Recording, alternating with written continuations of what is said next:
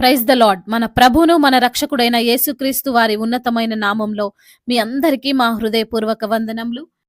ఈ రోజు దేవుని వాక్యము. విశాలమైన స్థలమునకు ఆయన నన్ను తోడుకొని వచ్చెను.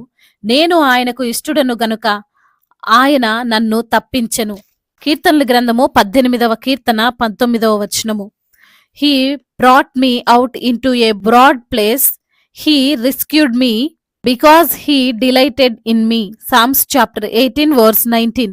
ఈ రోజుకు గాను కృపగలిగిన దేవుడు మనకు అనుగ్రహించిన వాక్య భాగమును బట్టి ధ్యానించుకుందాము. ఈ రోజుకు గాను కృపగలిగిన దేవుడు మనకు అనుగ్రహించిన వాక్య భాగమును బట్టి ధ్యానించుకుందాము. ప్రభునందు ప్రియమైన సహోదరి సహోదరులారా, మనము ఇరుకులలో మన సమస్యల్లో నుండి దేవుడు మనల్ని విశాల స్థలమునకు తీసుకొని వెళ్తాడు. సమస్య ఏదైనా సరే సమస్య నుండి విడుదలిస్తాడు అని వాక్యము మనకు ఈరోజు సుస్పష్టముగా సెలవిస్తుంది. భక్తుడు అంటున్నాడు, ఇరుకునందుండి నేను యెహోవాకు మొర్రపెట్టి తిని, విశాల స్థలమందు యెహోవా నాకు ఉత్తరమిచ్చెను అని. మనము బాధల్లో ఉన్నప్పుడు, బలహీనతలతో ఉన్నప్పుడు, కృంగుదలలో ఉన్నప్పుడు అనేకులు సహాయమును కోరుకుంటాం. అయితే వారు మనకు సహాయం చేయొచ్చు, చేయకపోవచ్చు. కొందరు అసలు నీవు ఇటువంటి సమస్యల్లో ఎందుకు చిక్కుబడ్డావు, ఇటువంటి బాధ నీకెందుకు వచ్చింది అని ప్రశ్నించేవారుంటారు. కొంతమంది తిట్టేవారుంటారు. కానీ మన దేవుడు మనల్ని తోడుకొని విశాల స్థలమునకు వస్తాడు అని చాలా సుస్పష్టముగా వ్రాయబడి ఉంది. అంటే అడ్రస్ చెప్పి పంపించడు, రూట్ మ్యాప్ ఇచ్చి పంపించడు, ఎలా వెళ్ళాలో అని సలహాలు ఇవ్వడు. ఆయనే మనలను ఆయనతో పాటు జాగ్రత్తగా తీసుకొని వెళ్తాడు. వాక్య భాగములో భక్తుడు ఈ విధముగా కీర్తిస్తున్నాడు, నా శ్రమలో నేను యెహోవాకు మొర్రపెట్టి తిని, నా దేవునికి ప్రార్థన చేసి తిని, ఆయన తన ఆలయములో ఆలకించి నా ప్రార్థన అంగీకరించెను. మన సమస్యల్లో నుండి, మనము ఇరుకుగల పరిస్థితుల్లో ఉండి, మనము ఉన్నటువంటి బాధల్లో నుండి మనము బయటికి రావాలి అంటే మనం మౌనంగా ఉండకూడదు. ఎందుకు ఈ ప్రాబ్లమ్స్ వచ్చాయి అని ఊరకనే ఉండకూడదు. మనుషులను హెల్ప్ అడిగి వారు చెయ్యకపోతే ఇంకేముందిలే, ఇక నా జీవితం ఇంతేనేమో అని అనుకోవద్దు. దేవుడి నుండి సహాయం అడుగు, మొర్రపెట్టు.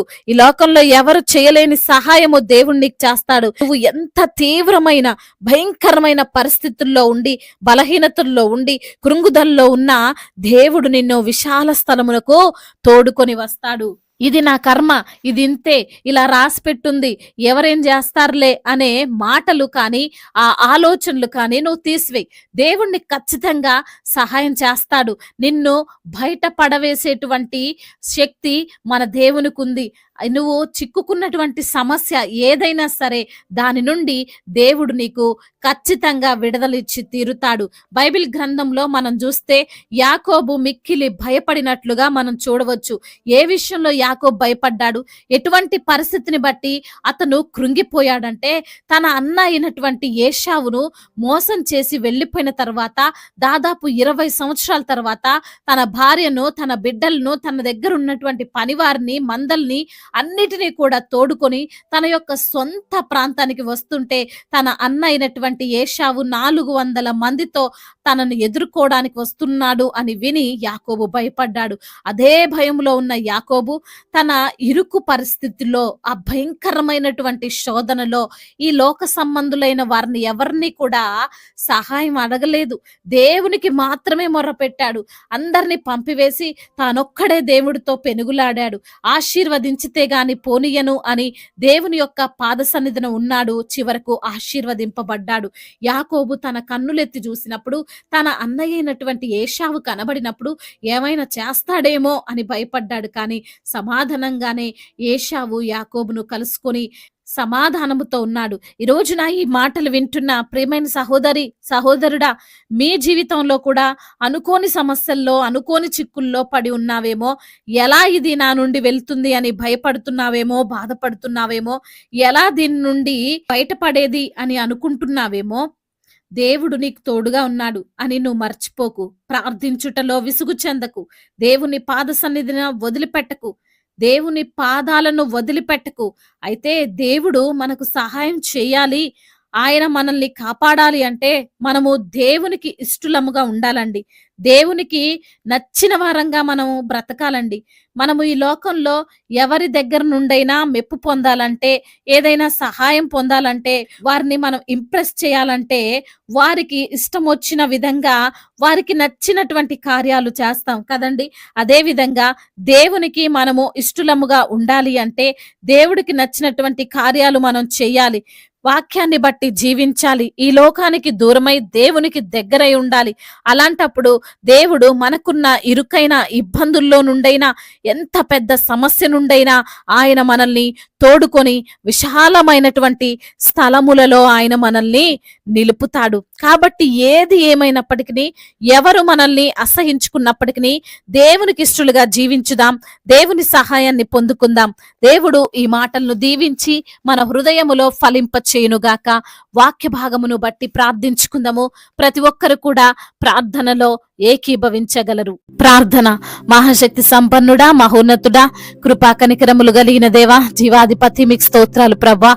ఉన్నవాడవు అనువాడవు గొప్ప తండ్రి వయానికి స్తోత్రాలు ప్రవ్వా.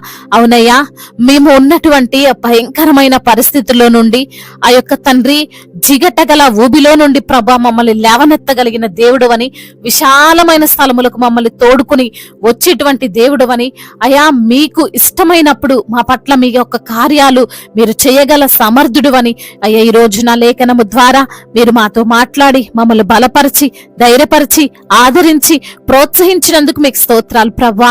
అయ్యా ఈ రోజున ఎందరైతే బిడ్డలు ప్రభా మీకు ఇష్టలుగా ఉన్నారో వారి జీవితంలో గొప్ప కార్యాలను జరిగించండి తండ్రి. ఉన్నతమైనటువంటి స్థలములోనికి వారిని మీరు తీసుకొని వెళ్ళండి ప్రభా. అయ్యా వారు ఏ పరిస్థితిలో ఉన్నారో, ఏ భయంకరమైన పరిస్థితిలో ఉన్నారో, ఆ భయంకరమైన పరిస్థితిలో నుండి అయ్యా వారిని మీరే లేవనెత్తండి తండ్రి. ఈ రోజున వాక్యమును విని ప్రార్థనలో ఏకీభవిస్తున్న ప్రతి బిడ్డను మీరు పేరు పేరున దీవించండి అయ్యా.